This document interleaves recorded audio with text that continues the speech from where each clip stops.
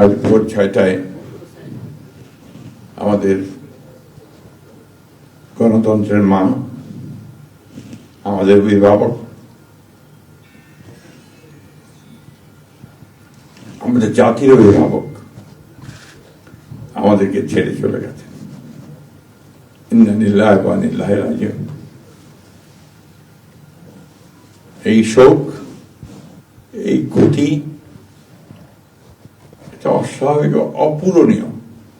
এই জাতি কোনোদিন পূরণ করতে পারবে না।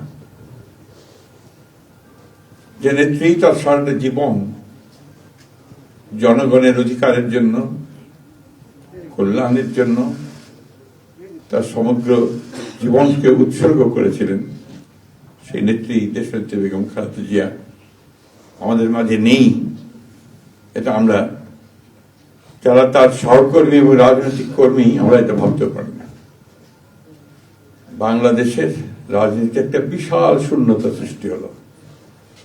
তাই নয়, পৃথিবীর গণতান্ত্রিক আন্দোলনে একটা বিশাল শূন্যতা সৃষ্টি হলো। আমরা দলের পক্ষ থেকে আমাদের ভারপ্রাপ্ত চেয়ারম্যানের অনুমতিক্রমে আমরা দলের কিছু কর্মসূচি নিয়েছি।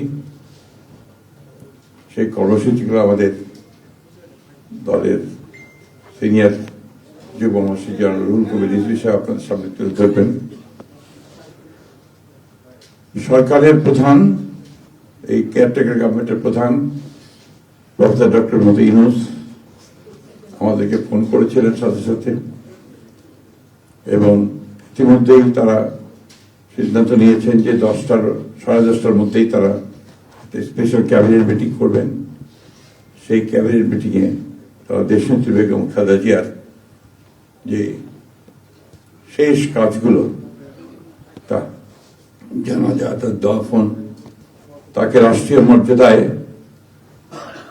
দাফন করা, তাকে রাষ্ট্রীয় মর্যাদা দেওয়া, এই বিষয়গুলি নিয়ে তারা সকাল 10টার সময় একটা সভা করবেন।